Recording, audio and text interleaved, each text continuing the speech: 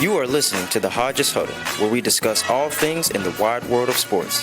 Here is your KLSU Sports Team.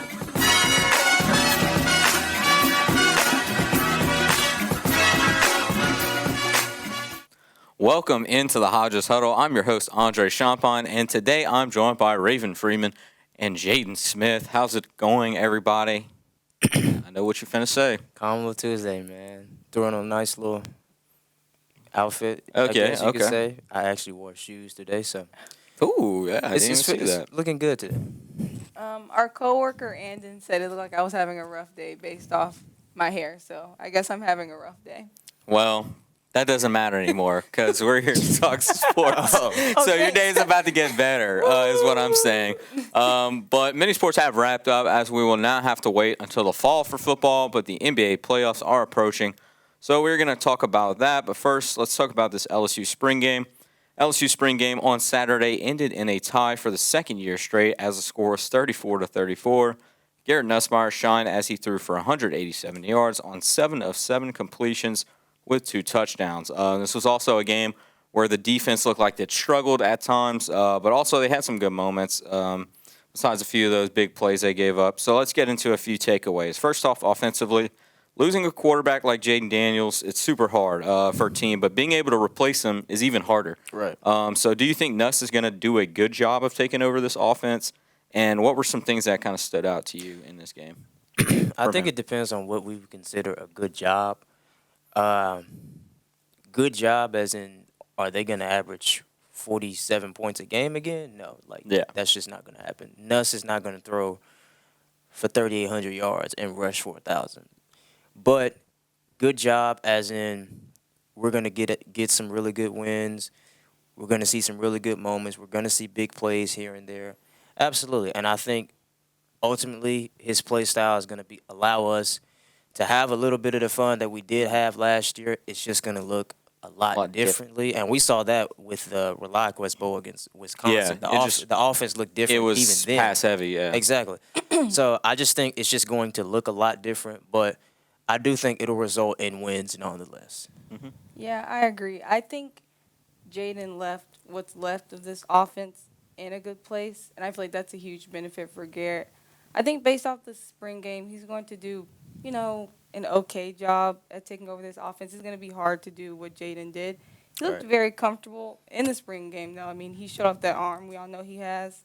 Mm-hmm. He was also able to get himself out of potential sack situations while still making completions, which is important after having an elite quarterback like Jaden. That's something that we all want to see. I feel like he also has a great relationship with these players, which is also a key factor. Ever since my freshman year, when Max Johnson was starting, Nuss was right there, no matter the situation, supporting his teammates. Yeah, and after watching Nuss in that bowl game, like Jaden said, and now the spring game, you can kind of see the strides that he's taking, especially from when you first watched him, when he first stepped foot on campus, had to go in the year, my freshman year, and he played against Arkansas, and he threw a few picks in that game that he shouldn't have. He threw one in the end zone. Yeah, to end the game almost. And like I said, the talent is completely there. The arm is phenomenal. Question for him is going to be the pocket presence. Is that going to be there? And also accuracy with the tight coverages where he's shown he can throw the interceptions. And I think he'll be able to read defenses better because he's been in the room and he's been in the system for so long now. He's also he's had a great example. I mean, look what Jaden Daniels did. He pretty much set the standard for those guys in terms of, hey, if you want to be as great as I was, you're going to have to put in the hours. You're going to have to go watch film early at 5 a.m. And I think he's going to be able to do that. It's obviously not going to be Jaden Daniels. And we know this. They play 2 different games. But if you can just run the offense efficiently, this team's going to score a lot of points. There's no doubt about it. Yeah, and I think they're going to be fine. But just the only thing I'm worried about is because you know how LSU fans are. We get spoiled and they're like, that's just normal. Yeah, remember after Joe Burrow. Yeah, exactly. I would just hate for people to see the offense look different and think, oh, we're just a bad team, and that's just not the case. But I feel like that's to be expected, though.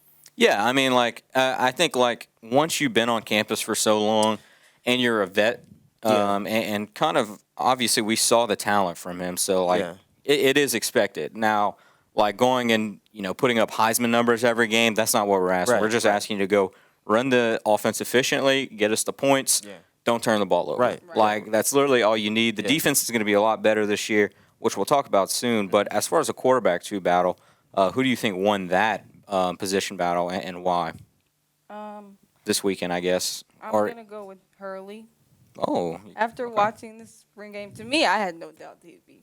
He played the best out of any of those quarterbacks for sure. Yeah, I mean, so I'm going to talk about Ricky Collins. He was just hesitant the whole time he was on the field. I feel like he didn't really show off any of his talents like I know he could have. I mean, there was just no wow factor to me. Yeah. He just looked like a mediocre quarterback. On the other hand, Hurley was throwing the ball on the run. He looked in the pocket, and he even showed how much his deep ball has developed. I mean, that dot he threw to Preen.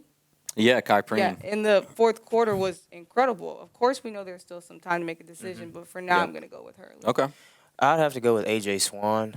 I would agree with y'all in the fact that Hurley probably looked the best, but I went to the press conference after the spring game, and Brian Kelly did touch on that a little bit. And basically, my takeaway was just the fact that Brian Kelly seems to be a guy that values experience over anything else. It's true. At least, even if you're not that good, at the very least, you can say, well, at least he's done it before. Yeah. He's been in that situation. So I just think, just from that standpoint alone, I think that'll give Swan a little the bit edge. of a little bit of an advantage. Right. I'm actually going to go Ricky Collins as a quarterback too. I think obviously he didn't pop out to many people during that spring game, but in practices he's been the clear number two. And I think he's improved with his accuracy. He's been putting in training with Jaden Daniels in the offseason.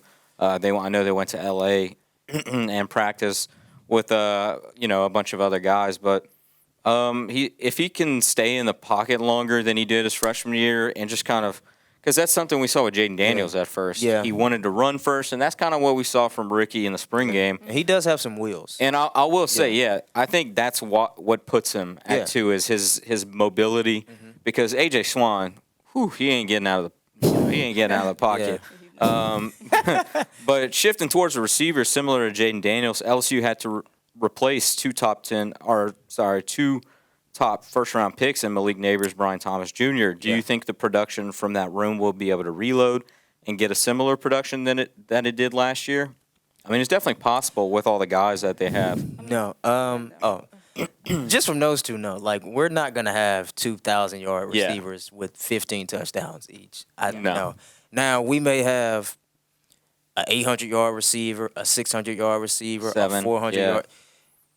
I think the offense will be more of that, if anything, but I just don't see us having – I don't see Kyron Lacey in Biletnikoff talks. I just don't see that. I think he can be a 1,000-yard guy. I'm looking for him to be because he had a really good year last year, especially for a third option. But I just don't think it would really even be possible to have back-to-back groups with 2,000-yard receivers. Yeah. I mean – it's pretty hard to replace what Neighbors and Brian Thomas Jr. brought to the table. I mean, they made LSU the number one offense in the country. Yeah. I mean, to get or even expect that same production in just one offseason, it's just not very real. Right. I think that this receiving room is going to be a lot better than people, outside of LSU are expecting it to be.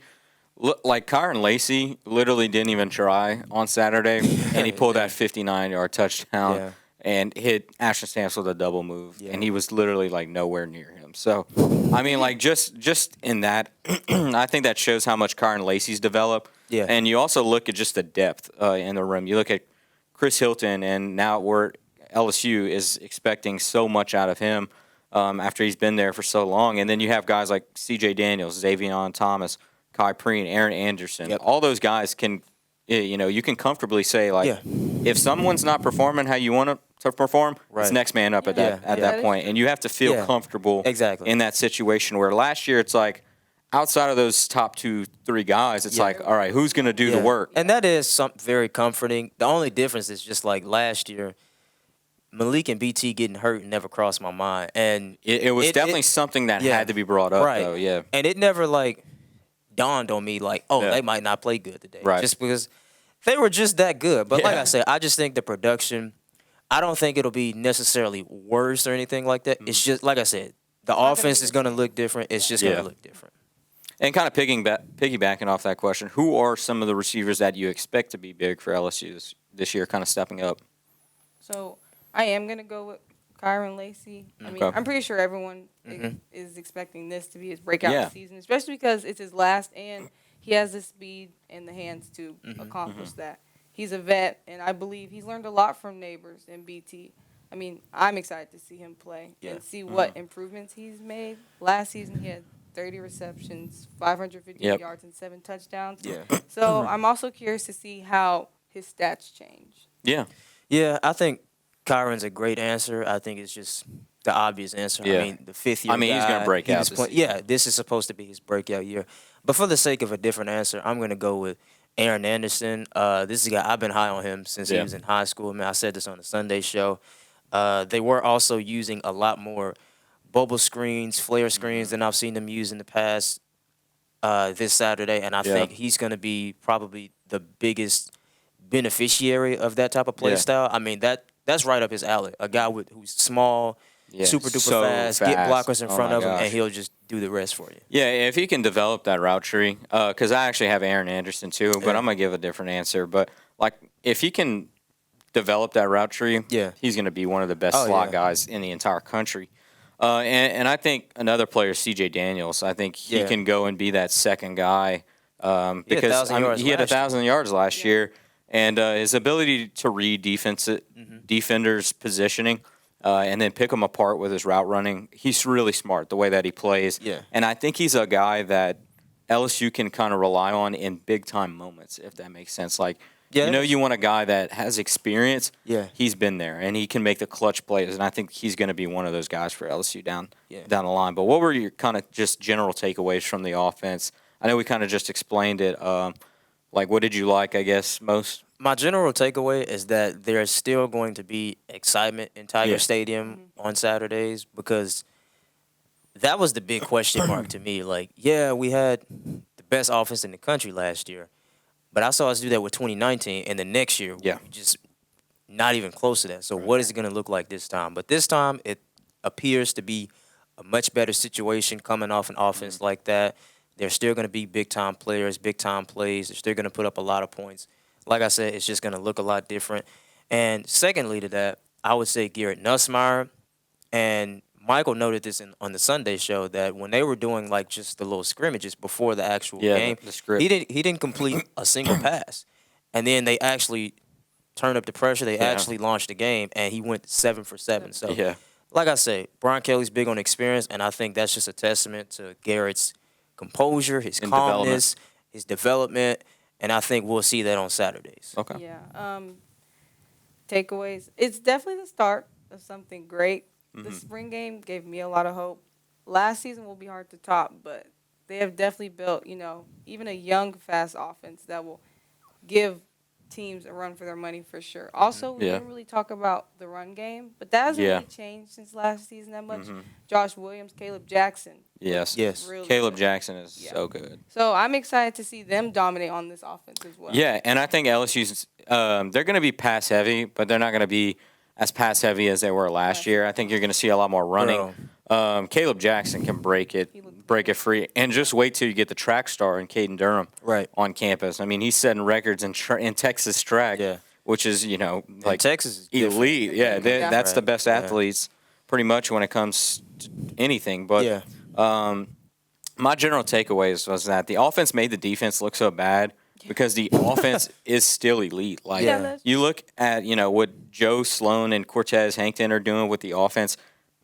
They're going to be just fine. Like I think LSU made a big deal out of Mike Denbrock. Mike Denbrock was a great mind, no doubt. But I love having a collaborative thing. Two brains are better than one. Yeah. And two very young minds are better than one. So I think they know what it takes to be at the top in terms of production and creativity. Yeah. And LSU has all the talent in the world as far as skilled players. And then we didn't even mention offensive line is going to be the best in the entire country. So LSU is going to be able to run it up, teams' throats pretty much. But shifting towards the defense, this is a unit that is looking to bounce back after holding back the most talented offense last year.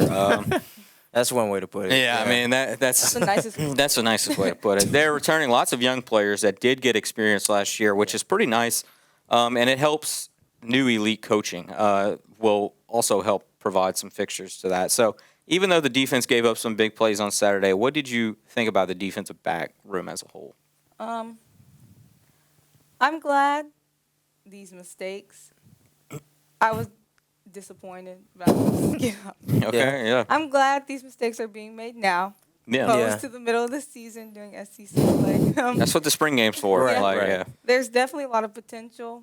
And I thought, despite the busted coverage and other issues, they faced this group, like they would come back to the sideline, they'd be concerned and like they wanted to know their corrections. So they could get back on the field and play better, which is a step in the right position. I mean, a step in the right direction. Cough, cough, laugh season. So they didn't look good necessarily. Yeah. But the will to want to learn gives me hope, which is sad to say because the defense last year was such a letdown, but those are kind of the terms that I have to use. Yeah, like they knew too. Like, and they're using that, this year. They're not going to do the same thing as they did last year. That's not even like. Yeah. Like they were so bad, it'll be hard to do what they did. Yeah, don't speak it into existence. Raven, you're absolutely right. Like, I mean, there was times last year it seemed like, outside of Harold Perkins, it just seemed like they didn't care if the other team got They're just out there. We just out here. I already got my NIL deal signed. Like, I'm good, right? Yeah. But more specifically, I would say I was impressed with the DB's ability or their consistency in playing the football when the ball was thrown their way. Yes. Because last year, that is something, I don't know, they couldn't do it for the life of them. And so many plays we got bombed on and picked on because we didn't play the ball or just didn't know how to play the ball or just weren't in position. So outside of that busted coverage that they had twice on Xavier Thomas and Kyron Lacey, I was most impressed with their ability to play the ball. And as we see, it even worked out for them a couple of times. It's amazing what you can do when you actually put your hands That's what I'm saying. And like, you can't say the talent's not there because it's definitely there. It was there last season. Like, this might be a hot topic. I thought hot take, sorry. Hot topic. Whoa. I'm in my emo phase, guys. I thought the DBs actually played solid. I love how they pressed on the line. And they looked really physical. Like, just looking from last year, they looked physical. They were ready to make a play. They were hitting hard. Yep. And I thought they tackled pretty well other than those blown coverages. Like, they made the open field tackle. It's not like they were giving up one big play in one, you knew it was going to happen. Last year, like, let's just say it was going to be a few plays. This spring game, they were bending. And like I said, it took way more plays for them to go down and score on this defense. Yeah. You have to put into account how good this offense is going to be too, though. That is true. Yeah, just hearing you list off like that is taking me back to how bad this defense was. I remember because you said the words open field tackle, and my mind instantly thought Ole Miss game, bro. Like Ole Miss. My Terrence. Lord. Well, let's not even Major name, Burns. I'm not even going to name names here. Lord. But as far as shutting down the run game, first string defense did a really good job of that. Yeah. What defensive lineman maybe caught your eye on Saturday? And you want to go first? I have freshman Gabriel Rutherford. Although he didn't face LSU's first team tackles like Will Campbell and Emory Jones, it was still a big time showing for him. He played phenomenally. He ended the game with a pair of tackles, several quarterback hurries for this LSU defense, and proved he can be a key in this defense. He's so young. Yeah, I would say the defensive line just in general, they looked much more assertive and physical because last year, oh my gosh. Last year. I don't know how many. Let me not even say those two words. Yeah, like, you're not going to let me sack him? Oh, my bad, dude. My bad, bro. Come right through. Yeah. Like, bro. But, like I say, they look much more assertive, physical, and they look like they actually cared about stopping the run. It's exciting because the first team, I know Caleb Jackson ran off on that breakthrough run, but that was the second string. Yeah. And also, they have the best O-line in the country, so that's what I'm saying. It's hard to really judge. But that's the thing. They shut down the run against the best offensive line in the country almost. So I thought that was very impressive. As far as run stuffing, I think Bo Davis is going to have that figured out. Where last year, oh my goodness, the gap filling. Like I said, we could go on and on, but we're not doing that today. I have Deshaun Womack. I thought Womack played really well. Okay. He was very well at getting to the ball and assisting tackles. Shone Washington, that's a guy that came out of Georgia. I thought he did well as far as getting to the back. Pearshan even had a nice game. I'm glad to see Womack getting some reps, bro. Some because reps, last year, even though he was in limited reps, every time he did get the reps, it always seemed like he did something to at least try to ignite the defense. But as far as the defense as a whole, what were some positives you saw like in that unit? I know we kind of just talked about it, but just wrapping up there. Open field tackling. Open field tackling killed us last year. It almost killed us against Missouri. It killed us against Ole Miss. It killed us against Alabama because Jalen Milroe turned into Michael Vick. I mean, that's really my biggest takeaway. Yeah, they can Wrap tackle. up. If you're going to let them run for 10 yards, okay, let it be 10 yards. Don't let it turn into 23. And they really didn't do that in this game. Like, they might have, like, a few missed tackles, but they were really hard plays to make. Like, they had broke free at that point. Right, because last year it looked like a slip and slide at times. Yeah. A literal slip and slide. What do you think? After this, we can put how bad the previous defense was to rest, but I mean, I'm still going to say, like, I hope. How. It's just a good example for everybody. Yeah, I mean, their will to just want to go out and play. Like, that was just so positive to me. Like, I was watching it during the baby shower, and I was like, y'all just, have some go power. I mean, yes. Go team. Yeah. I mean, and like Andre said, the younger guys that really didn't get experience last year, it was nice to see them pop off this spring game as well. I mean, Womack, I was waiting to see what he was going to do. Yes, some big plays were given up. Hey, that's just all a part of the process, learning how to play good defense. And you could tell, like I said previously, when they made a mistake, they wanted to fix it. I like the drive this new defense has. And it's already a step up from last season. So, and I also feel like with the elite coaching they have guiding them, they'll be fine. We'll see a huge difference on the defense. I agree. And I thought, like, it's as simple as, like, gap filling. Last year, LSU could not fill it. Like, look, I'm not even, like, laughing anymore. This is just being, everyone's going to think that we're making fun.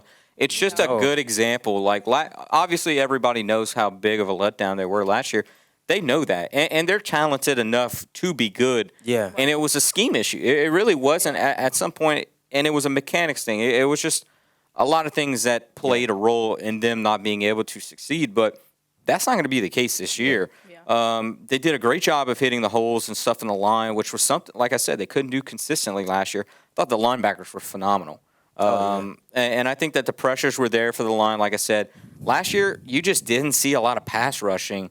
You didn't see people get home, and you saw that this week. And I thought that was pretty nice. But going forward, I know it's too early to tell, but do you think this team is capable of making the playoffs? It is expanded now. It's 12 teams. So, to me, this is a new team Right. for the most part.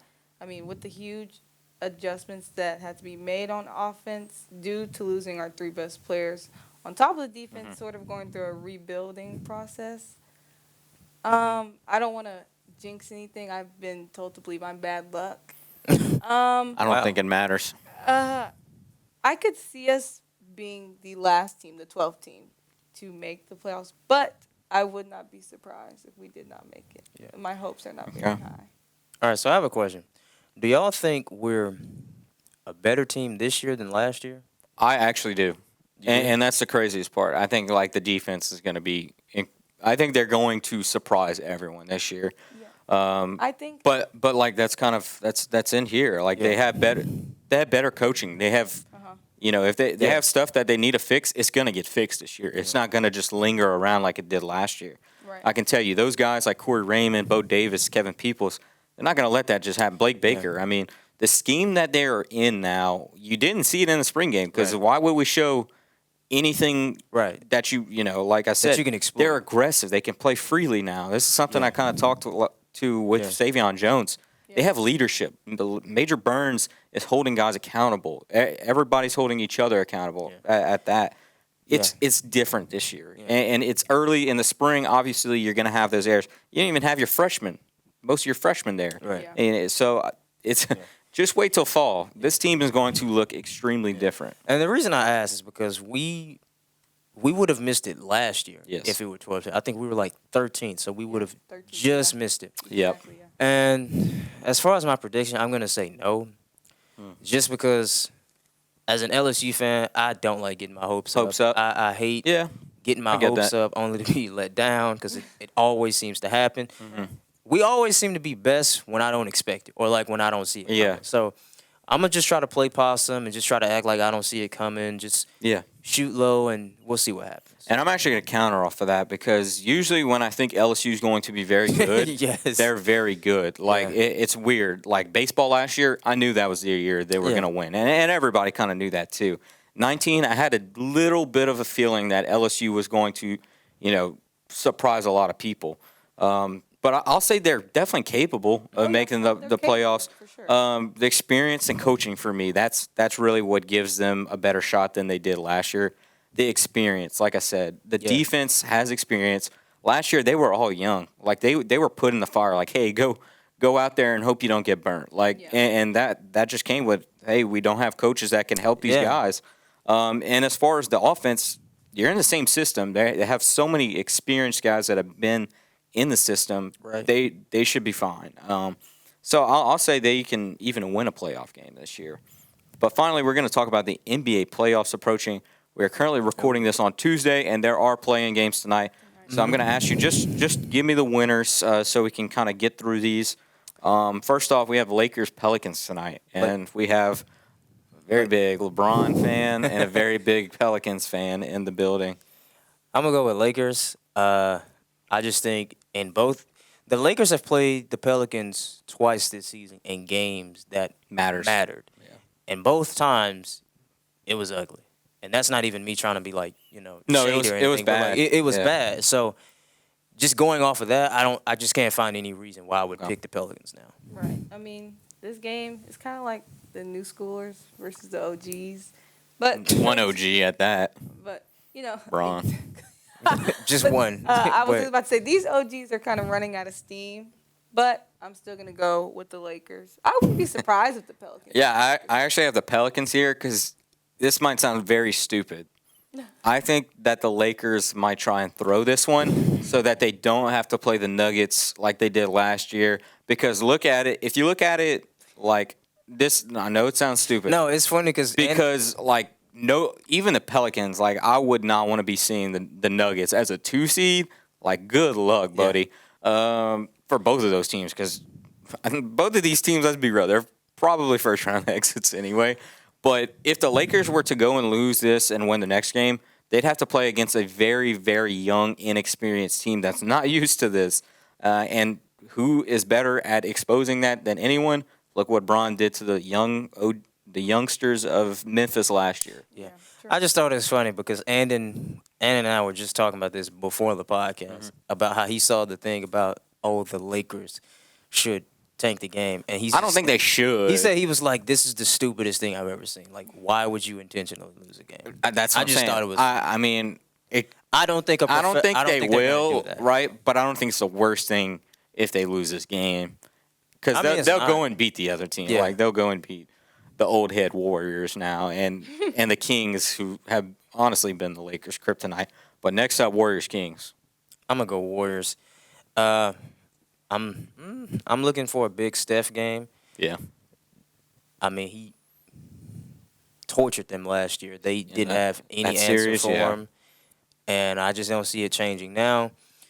The Warriors are a very dangerous team when they have their backs against the wall. Yeah. Very, very dangerous. Yeah, exactly. Yeah, I was just about to say. I mean, I'm going to go Warriors. The Kings have a good team, but we all know the superpowers the Warriors develop.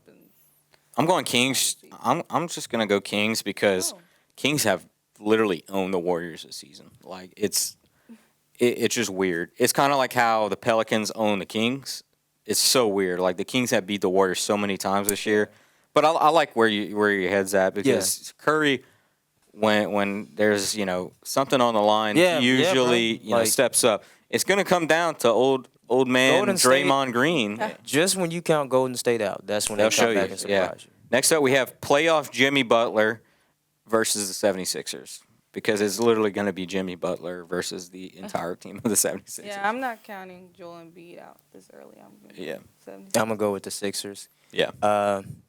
He have no answer, not even for Joel Embiid, because Right. nobody has an answer. I mean, but Bam. They don't have an answer. Bam too little. He's just too small, bro. Yeah. They don't have an answer for Tyrese Maxey though. I mean, who's gonna put Tyler Hero? Yeah, that's what I'm saying. Terry Rozier. I mean, like, Jimmy Butler's he's gonna go off on Tobias Harris. I but, just don't see it. I just think that flame is burnt out. But look, we'll see. We'll see tonight. We'll see tonight. I got the Sixers too. Hawks, Bulls. I'm gonna go with the Hawks. Trae Young came back just in time and was picked up right where he left off. Yep. Should have been an All-Star, by the way, but that's neither here nor there. DeJounte Murray also played lights out this year, and I just don't think the Bulls have it. And I think after this, the Bulls are gonna break up DeRozan and Zach LaVine, and I think Bulls are in poverty. This is gonna be They're poverty. This is gonna be it. Yeah, because of Young, I chose the Hawks too. Yeah, I have the Hawks as well. Now, like really quickly, like I said, so we can wrap this up. Yeah. We have the Western Conference side, so give me the winner out of the series, the set series right now. Minnesota Timberwolves, Phoenix Suns. Who do you have in that one? Timberwolves. That one's hard. I'm gonna go Timberwolves just because the Twin Towers, and I just don't think. I don't think Phoenix has a big enough presence on down low. Yeah, they down don't. low to bother Cat, to bother. Nas. Well, I don't want to say bother Gobert, but Nas Reed. I mean, even Nas Reed is a 7-footer, bro. Yeah. Like Phoenix just doesn't have. They don't have the big guys. They just don't have and they don't have the depth size. either. They Yeah. just don't have the depth. Yeah. I said Timberwolves. Timberwolves, sorry. I have It's Timberwolves okay. in 7. Yeah. Clippers, Dallas Mavericks. This is a really good series. I'm gonna go with Luka. Every time Luka sees the Clippers, it's Owns food. them. He spanks them. He owns them. What did Shannon say? Yams. Yeah. Yams, Yeah. collard greens, mac and cheese. Like, bro, it's food, bro. Like, I don't know what Luka has against the Clippers, but it's never pretty when he sees them. So I'm gonna Dang. go with the Okay. with the Mavs. Cool. And now he has Kyrie. Yep. Yeah, to me that duo. It's too much. Yeah. I've actually got the Clippers. I've always been high on this team for some reason. I think like if they were to ever get it together, they would be so good, man. I mean, you have such a talented roster, and you just throw it away. I mean, I don't understand what Ty Lue is doing. They've also gotten unfortunate a couple. With injuries, of Yeah. course, but I have the Clippers in 6. Okay. Eastern side, really quick. Let's go. Bucks Pacers. This is a pretty cool matchup as well. I'm gonna go Pacers. The Bucks are preparing to be without Giannis for the. They're not even saying game 1. They're Ooh. saying the start of the series. So that could be game 1, 2. Oh wow, I didn't know that. However, and I just think the Pacers have given Milwaukee problems All this season. all season. All They've season. had their number all season, bro. I'm Yeah. gonna go with Indiana. Okay. Yeah, I'm gonna go with the Pacers. I'm going Bucks just because of experience. Halliburton has not been playing well. He hasn't. Yeah. And for that reason, I have to go with Dame time. The man is a different dude when the playoffs come into play. Next up, we have probably my favorite matchup of the Eastern Conference playoffs. We have the Cleveland Cavaliers and the Orlando Magic. Ooh, Orlando Magic. Yeah. Oh. That's my singing. Yeah, I do. You can't hate that song. Like it's Yeah. so It's fun. so good. I think the Magic have looked so good this season. They have. have. They have like completely under the radar. Yeah, I mean, I have them winning just based off, like we just talked about, their season. I think they could be Gritty. Yeah. They're gritty. I'm gonna have to go with the Magic too. I just think Cleveland has the same problems that they've had last year, and the same reason that they got bounced to New York is gonna be the same reason they get bounced to Orlando. They don't have reliable guys that you can call on in the clutch. Yeah. They freeze up all of a sudden. They I can't mean, you hit a got shot Mitchell. anymore. You got Donovan Mitchell. And then but after that, it's like, after that, it's Karis LeVert. Karis LeVert. It's like crickets. Yeah. Yeah. Yeah. So I'm gonna have to go with Orlando. I say that, but I'm going Cavs in 7. I think Jared Allen's like going to turn up the heat in this series. I don't know why. I think it's a bad matchup. For I don't know them. why you said. I don't know. Just hearing Jared Allen just made me laugh. Dude, he's actually underrated in my opinion. Oh yeah. But finally, give me your 2 finals teams really quick that you can see just kind of quick. You really want my 2 finals teams? Yeah, sure. Just say it. Celtics.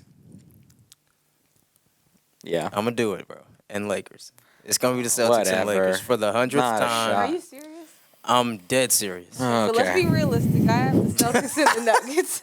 Okay, Celtics Nuggets. Okay, that is a more. Mark my words. The Nuggets will not be We back. are recording on April 16th at 5:23 p.m. Jaden has lost his mind, and he has gone with the Mark Lakers. my words. Not the Lakers. The Nuggets will not be in the NBA Finals this season. Okay, well, I guarantee that's it. not crazy to say. Okay, I actually have the Celtics or the Magic against the Nuggets. Magic? Okay. I'm putting the Magic. All right. I don't hate it. Whatever. I'll go Celtics, Clippers. Oh. I don't know why I'm so high on this Clippers team, Look at but the zero there. I could see the Nuggets too. And NBA champion. Give me.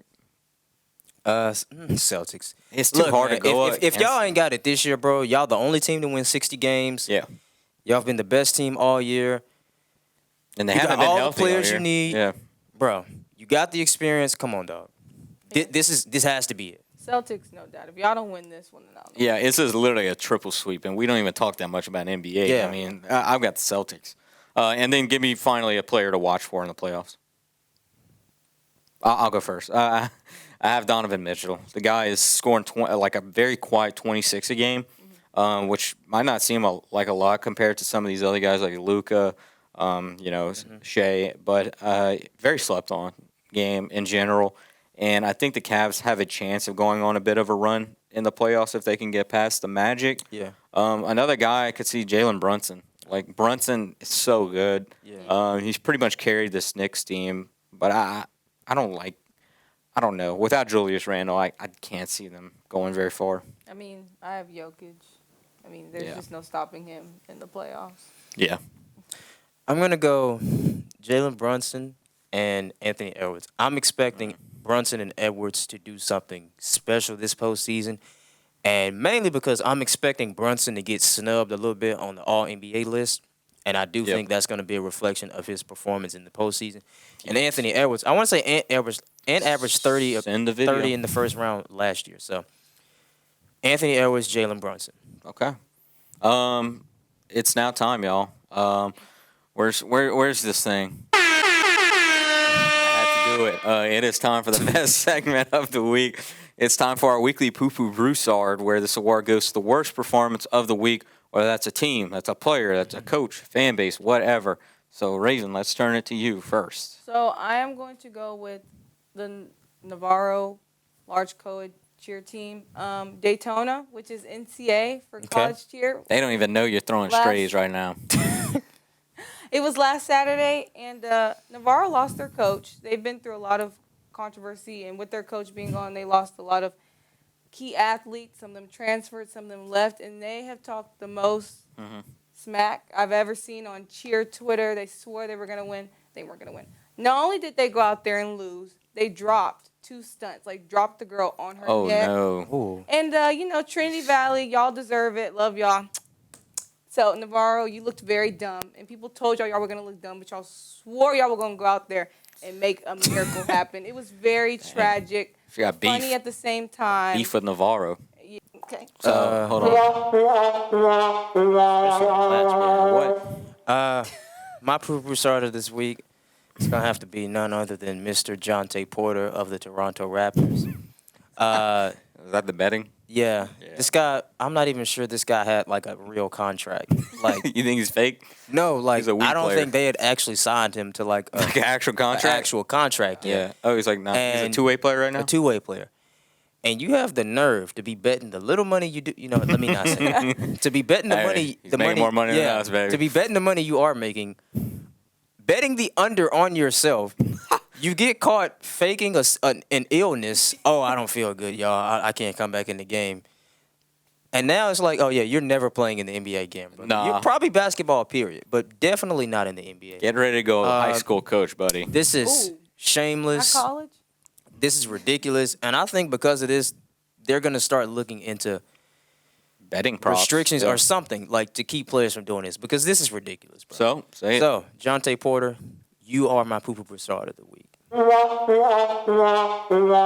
is actually a crazy story. Yeah. So this week, I'm going to go a little different than I usually do. I'm going to UFC fighter, baby. I'm going with Jamal Hill this week because he talked a whole lot of smack leading up against his fight against Alex Pereira. Absolute beast, by the way. Dude's won 2 titles in 2 different weight divisions. And Jamal Hill is coming off of an Achilles injury where literally was saying, like, guarantee it. I'm winning this fight. I'm winning. Like, and the odds were not, they weren't too big in Pereira's favor. Mm-hmm. But if you're going to talk smack, you have to at least last 1 round or even more than 2 minutes. Yeah. He got smacked down. I watched his eyes go to the back of his head after 1 punch from Alex Pereira. So just from that, Jamal Hill, you are my poo-poo Broussard of the week. But that is going to do it for us here on today's episode. I want to thank Jaden Smith and Raven Freeman for joining me. I'm Andre Champagne, and this has been the Hodges Huddle.